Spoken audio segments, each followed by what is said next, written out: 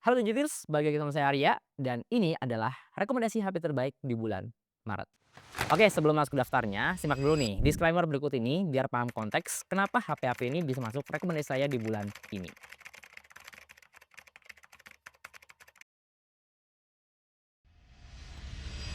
Ya, yang pertama untuk HP di harga 1 sampai 1,5 juta. Nah, di range harga segini tuh baterai badak aja nggak cukup ya buat sekarang. Kalau bisa sih dikasih memori yang lega lah, 128 GB biar bisa nampung banyak aplikasi dan nampung video kiriman dari grup WhatsApp keluarga. Dan nominasinya adalah yang pertama ada Tecno Spark Go 2. Sebenarnya ini bukan seri yang baru-baru banget ya, malah yang model terbarunya pun udah keluar si Spark Go 3. Cuma Spark Go 2 ini jadi makin menarik karena yang pertama harganya udah turun. Terus dari segi spek itu malah kerasa lebih mateng ya dari Spark Go 3 yang cuma ngegedein layar dan nambahin fitur AI Tecno-nya gitu. Yang sebenarnya nggak butuh-butuh banget lah buat harga 1 jutaan kecil kayak gini. Malah ya Spark Go 2 ini jauh lebih rekomen karena varian memorinya lebih lega ya di 4/128 GB. Yang kedua ada Infinix Smart 20. Nah ini tadi saya hampir banget, ngerekomendasiin Infinix Smart 10 ya, tapi saya baru googling lagi, udah keluar tuh beberapa jam yang lalu Smart 20 alias penerusnya. Ini masih konsisten dengan bodi tipis yang desainnya cukup cakep plus minimalis ya, dan dia ada upgrade dari segi chipset, dari yang tadinya pakai UniSoC T750 sekarang udah pakai Helio G81 yang biasanya ditemuin di HP-HP di harga 1,5 juta ke atas.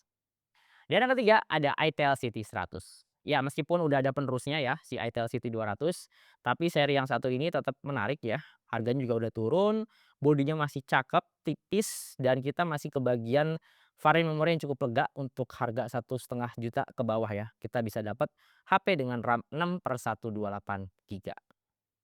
Ya dari 3 pilihan tadi, kalau bisa nambah budget sekitar 100 ribu sampai 200 ribu, saya lebih nyaranin buat ambil itel City 100 ya. Karena ini HP yang memorinya lebih waras lah dari 2 HP yang tadi ya. Karena menurut saya sih buat sekarang 128 GB oke, cuma RAM 4 GB tuh rasanya udah terlalu kecil gitu ruangannya ya. Kalau bisa sih 6/128 itu udah lumayan enak buat multitasking. Oke lanjut, sekarang kita masuk di harga 1,5 sampai 2 juta. Nah di range harga segini sih izin ya, kalau bisa jangan cuma ngandelin baterai badak dan memori gede doang. Tapi ya spek layarnya juga mesti diperhatiin nih. Ukurannya gede, biar enak buat maraton streaming, dan juga udah smooth pakai refresh rate 120 Hz. Dan nominasinya adalah yang pertama ada itel City 200. Ya ini udah nggak promo lagi, jadi kita balik ke harga normal ya di 1,5 juta lebih dikit.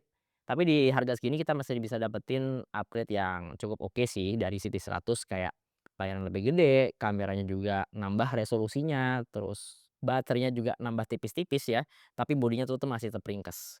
Emang sih RAM-nya jadi kelihatan agak sempit, jadi 4 GB, cuma ya di sini kita bisa dapetin fitur NFC. Yang kedua ada Poco C85. Nah sebenarnya tuh saya pengen ngerekomendasiin Redmi 15C, cuma pas ngelihat harganya kok udah makin bengkak gitu ya, udah di 1,8, 1,9, ya udahlah kita cari alternatif Redmi 15C yang ada di Poco C85 ini. Karena ya aslinya tuh HP ini agak kembar-kembar siam ya, meskipun beda skin-nya, tapi dalamannya tuh kurang lebih mirip-mirip, kayak Helio G81, baterai 6000 mAh, sampai charger ngebut di 33 watt. Yang ketiga ada Nubia V80 Max. Nah ini HP emang serba gede ya, nggak cuma gede di baterai, nggak cuma gede di layar, tapi RAM-nya juga paling gede dari HP-HP lainnya, yaitu udah 8 GB dengan storage yang juga 128 GB. Tapi sebenarnya yang spesial dari HP ini tuh bukan itu sih, lebih ke fitur GPS-nya ya, yang udah ada turbo-turbonya. Jadi dia bisa dibilang HP andalan ojol lah, karena dia punya akurasi GPS yang cukup akurat buat harga sekelasnya. Ya, dari 3 pilihan tadi, saya paling suka sama Nubia V80 Max. Karena ini HP tuh spek gedenya cukup merata ya. Nggak cuma gede baterainya doang, tapi juga layar sampai ke RAM-nya di 8 GB. Tapi yang paling saya suka ya, terutama untuk abang-abang ojol juga ya, tentu fitur GPS turbonya yang anti nyasar karena punya maps yang cukup akurat. Oke lanjut, untuk harga 2 jutaan, ini HP cakepnya mesti punya skill 5G. Karena 5G itu nggak cuma sekedar koneksi ya, tapi 5G berarti pakai chipset yang kenceng dan juga performa yang lebih mumpuni. Dan nominasinya adalah, yang pertama ada Nubia Neo 3. Ini barang nggak baru-baru banget sih, tapi karena harganya udah turun dan stoknya melimpah, jadi makin menarik lagi. Apalagi 2 jutaan kita bisa dapat HP gaming dengan skin yang sekeren ini ya. Plus kita bisa dapatin mesin yang cukup ngegas ya, Uni SoC T8300, udah pakai UFS 3.1 juga, yang mana langka banget buat harga 2 jutaan. Dan pastinya kita masih dapat fitur-fitur kayak tombol air trigger yang tentu lebih enak buat main game-game kompetitif. Yang kedua ada Tecno Pova 7 yang varian 5G. Yes, nambah beberapa ratus ribu lagi dari varian 4G. Di sini kita bisa dapat HP dengan mesin yang lebih kenceng ya. Udah pakai dimensity 7.300. Nggak cuma itu doang, baterainya juga badak ya, 6.000 mAh, terus tandeman charger kenceng 45 watt, dan di sini juga udah support bypass charging. Dan yang ketiga ada Poco M7 Pro. Nah, ngelihat Redmi Note 15 series tahun ini yang 2 jutaan itu bahkan nggak bisa dapat 5G, saya ngelihat Poco M7 Pro ini jadi kelihatan lebih menarik ya. Karena yang pertama udah 5G, terus speknya lumayan oke, dan stoknya tuh masih melimpah di pasaran. Dan yang pasti ya, ini, HP 5G 2 jutaan yang bisa dibilang lumayan matang lah, karena layar udah AMOLED, plus punya kamera yang lebih konvensional karena udah pakai OIS. Ya, dari 3 pilihan tadi, kalau emang ngincer, spek dan fitur gaming di 2 jutaan, tutup mata sih. Nubia Neo 3 ini udah bagus banget di harga segitu. Tapi ya kalau ngincer HP 2 jutaan yang udah 5G dan speknya ikutan naik kelas, kayak udah pakai layar AMOLED, plus kamera yang punya OIS yang lebih stabil, ya tentu Poco M7 Pro masih nggak ada obat di harga segini. Oke, untuk HP di harga 3 jutaan, ini mestinya punya skill performa dan multimedia yang udah makin serius ya. Alias nggak cuma enak dan lega buat maraton streaming doang, tapi mau dipakai mabar juga udah nyaman pakai settingan rata tengah. Dan nominasinya adalah yang pertama ada Realme P3. Nah, ini HP performa yang makin ngeri nih, karena udah pakai chipset Snapdragon 6 Gen 4, terus ngejanjiin performa rata kanan 120 fps, dan RAM-nya juga udah lega di 12 GB. Dipakai mabar di outdoor juga layarnya masih cetar banget ya, dan yang pasti ini suhunya tuh masih adem mau dipakai main di luar ruangan sekalipun. Yang kedua ada iQOO Z10R. Nah, ini gak cuma modal chipset turbo doang, tapi spek kamera buat kontennya juga cukup anomali ya. Dia udah punya kamera dengan sensor Sony, ada ultrawide-nya, dan punya fitur Aura Light yang cakep banget buat foto-foto portrait di malam hari. Terus duet baterai dan chargernya juga masih maut ya. Kapan lagi coba? Baterai 6.500 mAh ditandemin sama charger 90 watt di harga segini. Dan yang ketiga ada Infinix Note 60. Infinix kalau udah main di 3 jutaan, seri Note kelar, speknya makin serius.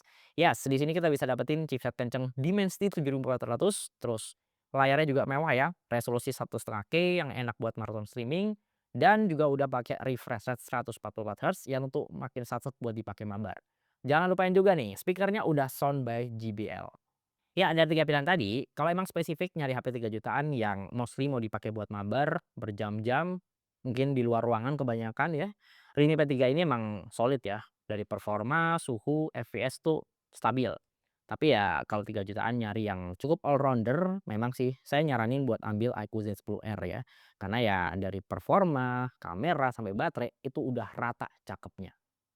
Lanjut, sekarang kita masuk di harga 4 jutaan. Nah, di range harga segini tuh sebaiknya ya, HP ini nggak cuma sekedar ngandelin mesin dan kamera yang proper, tapi minimal punya spek bodi militer. Dan nominasinya adalah yang pertama ada Tecno Camon 50. Ya, saya paham, ini HP harganya makin mahal, mana pakai chipset Helio G200 yang mana nggak bisa 5G pula. Tapi ini juga secara performa dan ketahanan itu juga lebih badak ya. Karena sekarang baterainya di top up jadi 6.000 mAh. Terus bodinya juga udah rapet ya, tahan air IP69, dan masih dikasih kamera dengan sensor Sony yang cakep di kelasnya. Yang kedua ada Moto H60 Fusion. Ini HP harganya stabil, stoknya juga masih aman, dan dari luar sih emang kelihatan kalem ya, tapi kalau udah masuk ke jeroannya, dalamannya ini spek militer banget. Udah ngantongin sertifikasi IP69, terus baterainya juga masih badak ya, meskipun bodinya cukup tipis kayak gini. Dan yang paling saya suka tentu kameranya ya, yang cukup containable. Warnanya tuh apa ya, gonjangnya tuh dapat banget ya, jadi kita nggak perlu edit-edit lagi. Dan yang ketiga ada Redmi Note 15 Pro. Nah, ini nih raja terakhir di 4 jutaan, karena spek badak bin militernya tuh diembat semua. Nggak cuma tahan direndam air, dilelepin pasir sampai disemprot air tekanan tinggi, ini HP nggak mati-mati, Pak. Kameranya juga overkill ya, 200 megapiksel yang tentu enak banget buat ngonten di tempat-tempat yang ekstrim, plus baterai yang bisa tahan sampai 2 hari. Nah, dari 3 pilihan tadi, kalau emang ngincer HP dengan spek militer yang bodinya tipis dan punya kamera yang maintainable sih, Moto X60 Fusion ini masih nggak ada obat. Tapi ya kalau ngincer HP spek lapangan, baterai tahan 2 hari, dan kamera yang masih lumayan oke ya buat, dipakai di tempat-tempat yang ekstrim, menurut saya sih Redmi Note 15 Pro ini udah punya semuanya. Oke lanjut, sekarang kita masuk di harga 5 jutaan. Nah, di range harga segini sih sebaiknya ya HP ini harus punya skill kamera yang ngontenable dan juga cakep gitu. Jadi udah keharusan atau kewajiban ya kameranya ngontenable. Ya minimal kalau kamera videonya nggak bagus-bagus banget ya kamera fotonya yang bisa ngangkat atau sebaliknya. Ya kalau bisa 4K dan stabil itu jadi bagus banget. Dan nominasinya adalah yang pertama ada Realme 16. Yes, ini Realme seri angka yang varian paling basic dan justru bikin saya salfok juga ya karena ngelihat bentukannya yang lebih mirip kayak iPhone Air atau Google Pixel terbaru. Tapi jangan salah, meskipun bodinya tipis bin ringkes kayak gini, skill kameranya juga udah ngontenable ya, apalagi seri bawahnya ini juga kebagian Luma color image-nya Realme yang baru. Ini color processing-nya tuh cakep banget ya, buat foto-foto di banyak kondisi cahaya.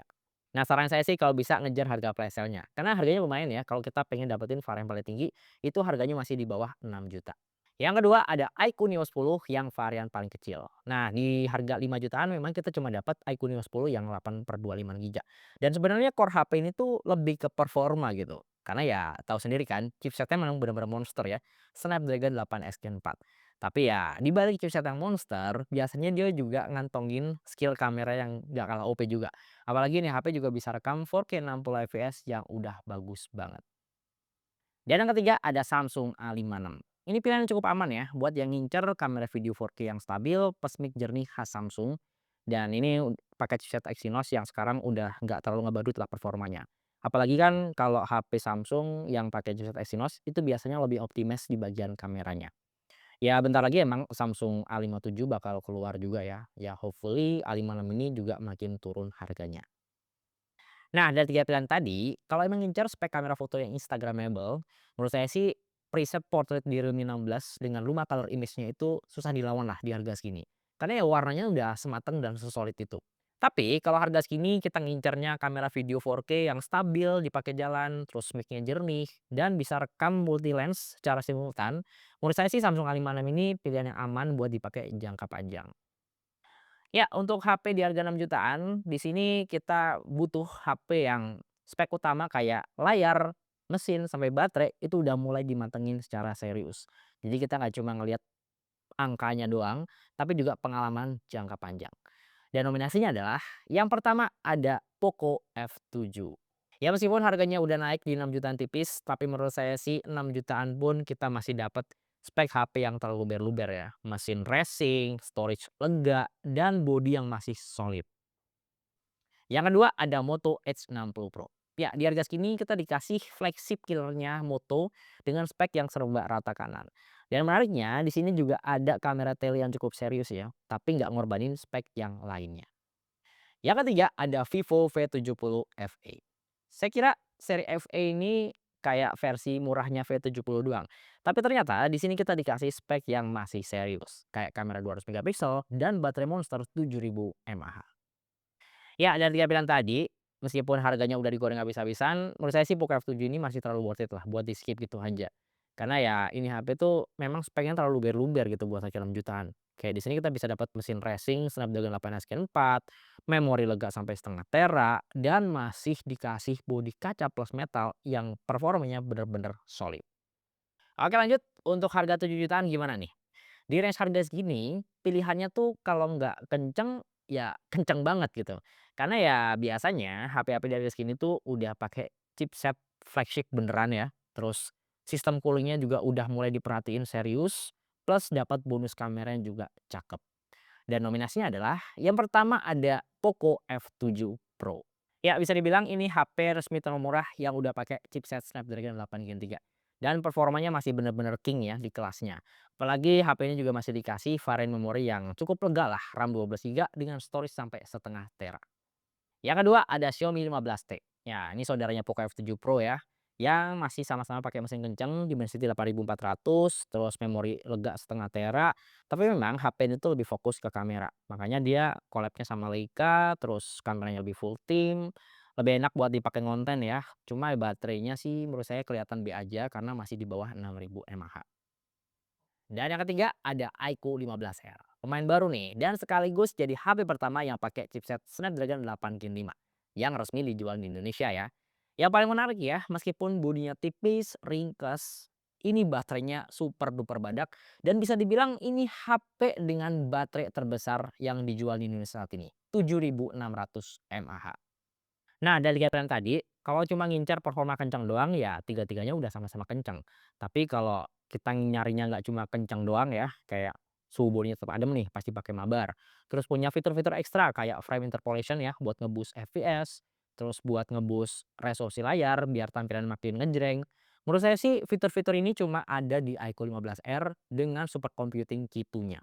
Dan ini bisa jadi opsi yang cukup menarik ya buat dipertimbangkan di harga 7 jutaan. Oke, untuk harga 8 juta, nah ini speknya udah ala-ala HP flagship ya, cuma budgetnya masih di bawah 10 juta. Saran saya sih pinter-pinter aja pilih varian memori gitu ya, kayak cuma beberapa ratus ribu bedanya. Kalau ada yang 2 kali lebih gede, mending gas langsung ambil yang varian itu. Dan nominasinya adalah yang pertama Vivo V70. Ya, ini Vivo seri V terbaru dengan spek kamera yang udah makin rasa flagship ya. Ini masih collab dengan Zeiss dengan triple 50 megapikselnya dan sekarang kamera teleperiskopnya juga udah makin serius ya, yang mana udah enak buat jadi HP konser. Yang kedua ada Samsung S25 FE. Meskipun namanya FE yang identik dengan harga budget, tapi S25 FE ini udah dapetin fitur-fitur khas flagship Samsung kayak Galaxy AI dan juga Samsung Lex. Ya, ini HP sebenarnya lebih mirip sama Samsung S24 Plus ya, kayak versi reborn lah. Karena dari layar, mesin, sampai baterai itu plek-ketiplek. Cuma ya karena ini modelnya lebih baru, dia dapat jamin update yang lebih panjang. Dan yang ketiga ada Realme 16 Pro Plus. Akhirnya kasta tertinggi Realme seri A balik lagi nih. Yang pasti saya suka banget sama desainnya yang masterpiece banget ya. Terus kameranya full tim dan kamera telenya tuh bener-bener serius ya. Apalagi yang satu ini tuh udah cukup proper untuk foto-foto portrait dan punya Luma Color Image yang color prosesnya tuh udah bagus banget. Ya, dari 3 pilihan tadi, jujur saya bingung antara pilih Realme 16 Pro Plus atau Vivo V70. Karena ya emang spesialisasinya tuh di bagian kamera dan emang cakep gitu buat foto-foto konser atau panggung. Cuma kalau ngebandingin lagi, kayaknya lebih worth it Realme 16 Pro Plus ya, dengan harganya segitu dan kita masih dapetin varian memori yang lebih lega sampai 1,5 tera. Oke lanjut, untuk harga 9 jutaan di sini pilihannya udah makin sepi dan pemainnya nggak akan banyak berubah ya. Yang pertama ada Samsung S24, ini mantan flagship Samsung 2 tahun yang lalu, karena sekarang S26 kan udah keluar ya. Tapi tetap sih di harga 9 jutaan ini masih jadi opsi yang menarik. Terutama buat yang nyari HP Android dengan bentukan kecil, minimalis, tapi masih dikasih spek mesin monster plus kamera yang one time able. Dan jangan lupain juga ekosistem Samsung tuh enak banget ya, mulai dari UI-nya sampai konektivitas dengan perangkat Samsung yang lain. Yang kedua ada Poco F8 Pro. Ini bisa dibilang HP dengan Snapdragon 8 Elite termurah yang bisa kita beli saat ini.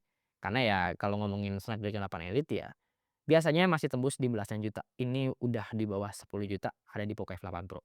Sisanya kurang lebih masih spek flagship banget ya, dari memori yang lega sampai 1,5 tera, terus ada kamera yang full tim termasuk ada telenya juga ya, baterai badak, ngecas kenceng, dan jangan lupain juga ini punya speaker yang lumayan underrated ya, karena udah sound by Bose. Dan yang ketiga ada iQOO 13 yang varian memori paling kecil. Sebenarnya semenjak ada Poco F8 Pro di range harga 9 jutaan, HP iQOO yang satu ini tuh jadi nggak terlalu greget ya. Karena dari segi spek tuh mirip sama-sama 8 Elite. Tapi ya iQOO 13 dengan harga yang mungkin lebih mahal, di sini cuma dapat memori yang setengahnya doang, 256 giga. Tapi nggak apa-apa sih, terutama buat yang nggak terlalu suka sama HyperOS di Poco F8 Pro, mungkin lebih suka ya sama Origin OS yang ada di iQOO 13, itu bisa jadi opsi yang perlu dipertimbangin. Nah, dari 3 pilihan tadi, sebenarnya balik ke selera dan kebutuhan masing-masing ya. Kalau emang ngincer HP Android bentukannya kecil dengan spek yang masih monster ya, dari mesin sampai kamera, menurut saya sih Samsung S24 ini masih enak-enak aja buat dipakai jangka panjang. Tapi kalau harga segini kita nyarinya yang spek luber-luber gitu ya, dari mesin, baterai, layar, kamera, jelas Poco F8 Pro ini masih jadi opsi yang the best buat harga segini. Apalagi dia juga punya speaker yang salah satu yang terbaik ya, karena udah pakai Bose. Oke, untuk harga 10 sampai 15 juta, di sini pilihannya cukup kompleks ya. Jadi kita mesti pilih-pilih satu-satu dulu nih. Terus di harga segini kita juga bisa nemuin, iPhone ya, kayak iPhone 15 yang harganya juga udah makin melandai. Dari yang bulan lalu saya ketemu harga 11 jutaan sekian, sekarang udah mulai merangkak turun di harga 10 jutaan. Ya meskipun 10 jutaan masih gede sih, itu pun yang varian memori 128 giga. Nah, kalau harga segini kita pengen ngincer HP-HP yang flip gitu, ada juga nih, pemain baru rasa nostalgia yaitu Motorola Razr 60. Ini HP flip yang bisa dibilang harganya cukup murah ya buat kelasnya, 11 juta ya, dan kita masih dapetin HP flip dengan spek yang cukup oke dan cover screen yang juga lega. Selain Moto Razr 60, Samsung juga ada si Flip 6 yang sekarang harganya juga udah makin turun ya.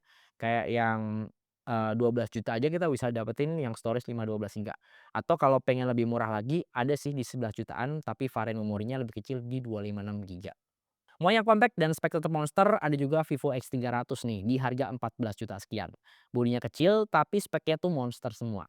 Ya nggak cuma ngandelin spek mesin flagship, kameranya juga totalitas ya. Yang tentu bikin saya better ngambil ini daripada Samsung S25 yang reguler kalau pengen ngejar HP kecil. Baterainya juga masih jumbo ya, yang kadang jadi anomali juga buat ukuran sekecil ini. Apalagi dia juga udah pakai Origin OS terbaru. Ini lumayan didominasi sama HP-HP flagship yang top tier-nya ya, kayak yang seri Pro atau seri Ultra. Di sini ada Oppo Find X9 Pro yang masih cukup konsisten dengan kamera 200 megapikselnya ya. One of the best, di harga sini dan tentu rivalnya Vivo X300 Pro juga jadi opsi yang ya bikin pusing sih antara pilih Oppo atau Vivo, karena ya dua-duanya sama-sama cakep di kamera. Ya paling pertimbangannya adalah software ya, mending pilih ColorOS atau Origin OS sekalian. Terus ada juga pilihan aman Samsung S25 Ultra ya, mantan flagship tahun lalu. Karena sekarang kan udah ada S26 Ultra, apalagi udah makin canggih ya, ada privacy display. Cuma harganya udah makin mahal, kita bahkan nggak bisa ketemu itu HP di bawah 20 juta, itu udah 20 juta plus-plus ya. Jadi ya nggak bisa masuk lah buat harga 15 sampai 20 juta. Tapi ya lagi-lagi S25 Ultra itu pun masih bagus banget buat dipakai saat ini. Kalau pengen ngincer iPhone seri Pro juga ada ya di harga 15 sampai 20 juta, tapi ya paling kita cuma dapet iPhone keluaran 2 tahun lalu ya, iPhone 16 Pro. Itu pun yang 17 juta cuma dapat yang varian 128 giga alias ya buat sekelas flagship sih udah sempit banget ya. Ya saran saya mending ya minimal 25 giga lah, itu pun udah harganya mentok-mentok di 19 jutaan. Dan terakhir untuk harga 20 juta ke atas, sebenarnya saya nggak bisa bilang itu HP foldable semua karena ya iPhone 17 Pro harganya segitu, Samsung S26 Ultra juga udah tembus 20 juta ke atas, atau Xiaomi 17 Ultra juga harganya segitu, Kak. Jadi ya udah campuran lah, ada HP batangan, ada HP foldable. Cuma ya izin ya, kalau harga segitu sih, kalau bisa ya yang foldable sekalian gitu, yang kelihatan beda, yang kelihatan kayak CEO ya. Jadi ya lumayan bisa dipamerin lah untuk bisa buka tutup atau kerja yang lebih multitasking dengan layar lebarnya. Dan ada banyak pilihan ya untuk HP-HP foldable di atas 20 juta. Tentu ada Samsung Z Fold 7 ya, ini pionirnya HP foldable yang sekarang ya udah cukup matang lah untuk fitur dan bentukan bodinya gitu. Frame-nya udah lebih kuat, layarnya udah makin nggak kelihatan ya crease-nya, dan tentu saya suka banget sama One UI-nya yang sekarang udah cukup optimize buat, di layar foldable kayak gini. Alias kita mau pakai buat multitasking juga enak gitu ya. Terus fitur-fitur khusus, foldable-nya juga udah makin serius. Yang kedua ada Oppo Find N5. Ini bisa jadi opsi kedua ya, kalau nggak terlalu suka sama One UI-nya Samsung, karena ColorOS di foldable juga sekarang udah makin mateng ya ekosistemnya. Beberapa aplikasi juga udah ditampilin secara proporsional ya, nggak cuma sekedar ngegedein ukuran layar aplikasinya doang, tapi juga udah bener-bener enak dipakai buat multitasking. Ya paling dari segi, kustomisasinya aja sih yang masih belum sekompleks punya Samsung. Atau kalau mau HP foldable yang masih anget banget ya, ada juga Huawei Mate X7. Itu keluaran terbaru dengan kamera yang sekarang lebih optimize ya, kayak HP Huawei pada umumnya yang udah pakai True Color. Dan yang pasti kata Huawei ini arsitektur frame-nya juga udah dibikin lebih kuat lagi. Oke, segitu aja dulu video rekomendasi HP terbaik di bulan Maret, sekaligus jadi video rekomendasi HP terbaik edisi Lebaran. Nah, untuk menjadi spek lengkap dan link pembelian HP-HP yang saya sebut tadi, untuk linknya udah saya taruh di bawah ya. Ya sekali lagi, HP-HP yang saya sebut di video ini itu murni pendapat saya pribadi. Jadi kalau ada HP yang menurut kalian lebih worth it, lebih oke di range harga segitu, monggo tulis aja di kolom komentar, kita diskusi bareng di sini. Ya, di sini saya Arya dan di belakang kamera ada Tama. Sampai ketemu di video berikutnya.